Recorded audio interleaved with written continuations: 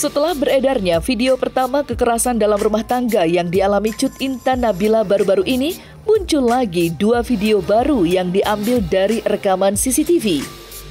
Selama 5 tahun menikah dengan Armor, ini bukan menjadi kekerasan pertama yang dialami oleh Intan. Dalam pengakuannya, Intan menerangkan jika video yang diunggahnya itu terjadi pada 4 Februari 2022 silam. Sontak, unggahan tersebut berhasil mencuri simpati dari selebritis lain yang merasa geram dengan tindakan Armor. Patut diketahui sebelumnya, jika Intan telah melaporkan masalah ini kepada pihak berwajib. Alhasil, dari beberapa bukti yang telah dilampirkan oleh Intan, pihak kepolisian pun langsung bergerak cepat meringkus Armor yang telah berstatus sebagai tersangka. Dalam hal ini, Cut Intan berharap hal yang terjadi padanya bisa menjadi pembelajaran untuk pelaku KDRT lainnya. Lantas, benarkah jika adanya 2 video baru tersebut bisa memberatkan hukuman bagi Armor?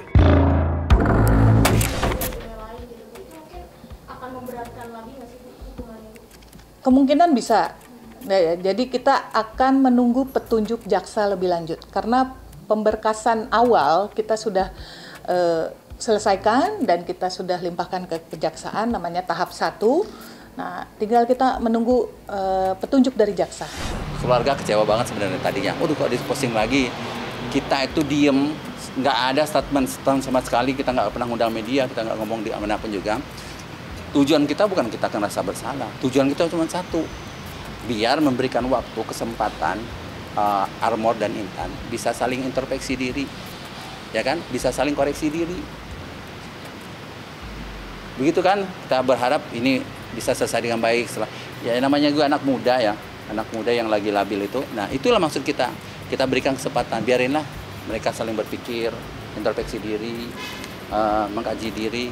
Ya, tapi begitu ini up naik lagi ya, keluarga kaget sob. Ada apa ini sebenarnya? Di media ya, bilangnya, wah ibunya nyuruh kabur. Nah itu kita bantah, mau kabur Surabaya. Bukan nyuruh kabur. Memang Armor itu lagi ada usaha di Surabaya. Jauh sebelum kejadian itu, Armor itu baru pulang dari Surabaya. Dan rencana mau ke Surabaya lagi. Jadi bukan kabur, dan memang dia lagi ada usaha di Surabaya. Nah, ada informasi lagi ya, katanya keluarganya Armor minta untuk take down, sama sekali nggak ada. Nggak ada kita minta untuk take down. Silakan aja, itu kan haknya Intan. Haknya Intan, tapi kan memang mungkin ya Indonesia kan punya undang-undang ITE ya, undang-undang ITE, dan itu juga harus betul-betul bijak dalam bersosial media. Pokoknya mohon doanya terus ya teman-teman, semoga cepat sehat juga. Sebenarnya kondisi Intan sekarang mungkin kelihatan baik-baik aja karena emang udah biasa kayak gini. Jadi mohon bantuannya terus, karena jujur aja di dalam hati paling dalam tuh masih banyak banget trauma dan ingatan-ingatan tentang kejadian-kejadian, bukan hanya kejadian kemarin tapi banyak kejadian-kejadian yang lain. Dikala kasusnya yang saat ini tengah berproses di Polres Bogor, Cut Intan sudah mulai menyibukkan diri dengan mengurus ketiga anaknya. Sementara Armor yang kini tengah mendekam di balik jeruji besi terus mengupayakan perdamaian, yang mana ia saat ini dalam kondisi tertekan dan menyesali perbuatannya. Lantas, akankah Intan memaafkan tindakan keji yang dilakukan oleh suaminya itu? Armor bilang, Armor sampaikan ke kita, dia menyesal, dia betul-betul tertekan sekarang, dia betul-betul merasa bersalah. Dia nggak mengira kalau akan se-booming ini dan akan seperti ini jadinya. Betul-betul dia menyesal. Pernah oleh keluarga itu diberikan, diantar ke psikolog, diantar ke orang-orang pintar untuk bisa diberikan, dinasehati.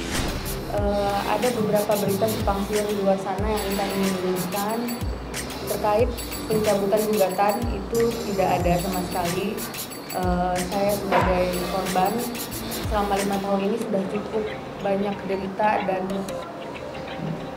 hidup seperti neraka ibaratnya, jadi udah nggak akan mundur untuk dalam proses hukum ini, akan terus dilanjutkan dan meminta keadilan seadil-adilnya agar kasus ini menjadi pelajaran juga untuk perempuan-perempuan di luar sana yang mengalami hal seperti Intan yang mengalami kekerasan dalam rumah tangga harus speak up dan nggak boleh terlalu banyak menutup diri seperti saya yang lalu. Oke, kalau misalkan si Kak Intan sendiri sih ya, aku nggak pernah melihat ya dia datang ke sini lagi atau enggak semenjak kejadian itu.